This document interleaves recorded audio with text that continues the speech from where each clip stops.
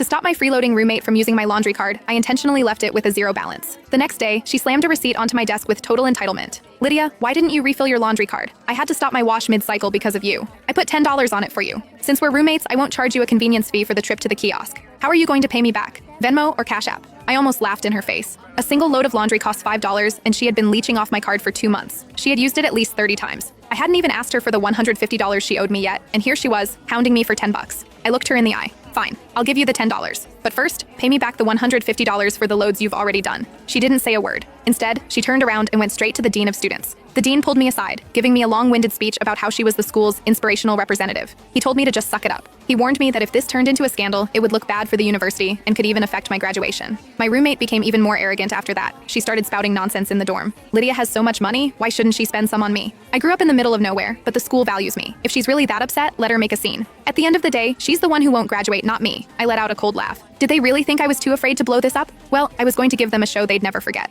01. Nadine's eyes welled up with tears. She shot a quick glance at our other roommates before lowering her head. Her voice sounded like she was on the verge of a breakdown. Lydia, it was so windy this afternoon. I ran all the way to the student center with wet hair just to refill your card. If you don't want to be grateful, fine. But how can you be so petty about money? Petty? Is that what we're calling it now? Asking for what's rightfully mine? The other girls in the room turned their chairs around to watch the drama. Sloan asked, "What's going on?" "It's nothing. I just put $10 on Lydia's laundry card, and now she refuses to pay me back." Nadine sniffled, pausing for effect. "I'm not even saying she has to pay. It's just that $10 is what I spend on food for a whole day." Sloan nodded and looked at me. "Was your card really empty?" I leaned back in my chair, my voice flat. "Because Nadine used it all." Nadine pouted as if she were the victim. "What do you mean I used it? Don't you use it too? Besides, I've used it so many times before and you never said anything." I stared her down. "That's because every single time you said, 'I'll pay you back next time.' But you never did." The first time Nadine leached off me was during the second week of the semester. I had just finished my laundry when she happened to walk in. "Lydia, my card is empty. Can I borrow yours? I'll refill mine tomorrow and Venmo you." I said sure and handed it over. The next day she didn't mention it. I didn't bring it up either. Then came the third time, the fourth,